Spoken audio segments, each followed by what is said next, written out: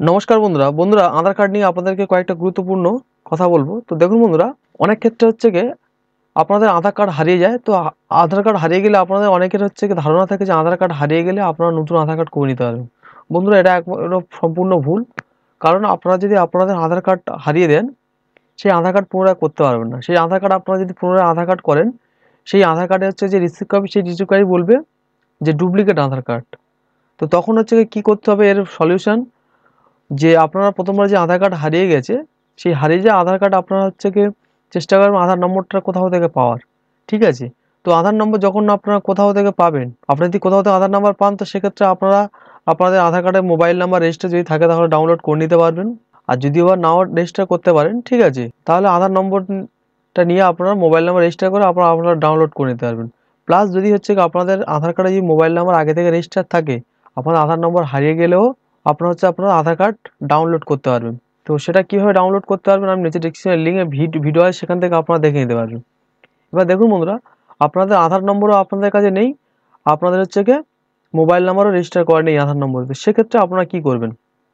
তো সেক্ষেত্রে আমি বলে দেখুন, সেক্ষেত্রে আপনাদের হচ্ছে দ্বিতীয়বার আপনাদের আধার কার্ড যখন আপনারা করবেন, করার পরে আপনাদের যে রিসিভ কপি দেয়, সেই রিসিভ কপি আপনারা অনলাইনে চেক করলে আপনার হচ্ছে ডুপ্লিকেট কপি বলবে। এবং ডুপ্লিকেট কপি বললে সেই ডুপ্লিকেট কপিটা নিয়ে বন্ধুরা আপনাদের 1947 আধার কার্ডের যে হচ্ছে গিয়ে টোল ফ্রি নম্বর, ঠিক আছে, সেই অফিসে ফোন করতে হবে।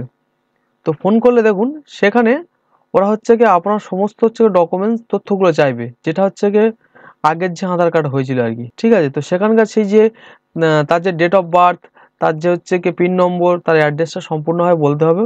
বললে যে পুরনো আধার কার্ডের এনরোলমেন্ট নম্বর, সেই এনরোলমেন্ট নম্বর আপনাকে দেবে এবং সেই এনরোলমেন্ট নম্বর ধরে আপনারা আপনাদের আধার কার্ড পুনরায় হচ্ছে করে নিতে পারবেন। তো এটাই হচ্ছে কি, হারিয়ে গেলে আপনাদের হচ্ছে আধার কার্ডের সমস্যাটা এরকমই হতে হয়। সেকেন্ডবারে আমি আপনাদের আরেকটা জিনিস বলি, যে আপনাদের আধার কার্ডের যে নাম, আপনাদের আধার কার্ডের নাম আপনারা কতবার চেঞ্জ করতে পারেন। তো দেখুন বন্ধুরা, অনেকের হচ্ছে ধারণা আছে যে আধার কার্ডের নাম হচ্ছে যত খুশি ততবার চেঞ্জ করতে পারে। কিন্তু বন্ধুরা, একেবারে সম্পূর্ণ ভুল ধারণা।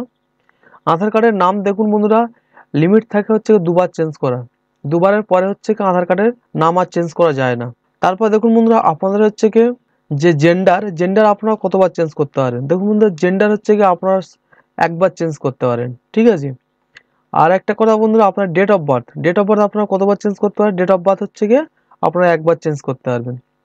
এবং দেখুন বন্ধুরা, আপনাদের অ্যাড্রেস এবং হচ্ছে কেয়ার অফ, যেটা অ্যাড্রেসের সাথে থাকে আধার কার্ড আপডেট করার সময়, সেটার বন্ধুরা কোনো রকম কোনো লিমিট নেই, সেটা আপনারা যত খুশি ততবার হচ্ছে চেঞ্জ করতে পারেন। তো এটা হচ্ছে কি আধার কার্ডের সমস্ত তথ্য নিয়ে একটা ভিডিও আপনাদের বললাম।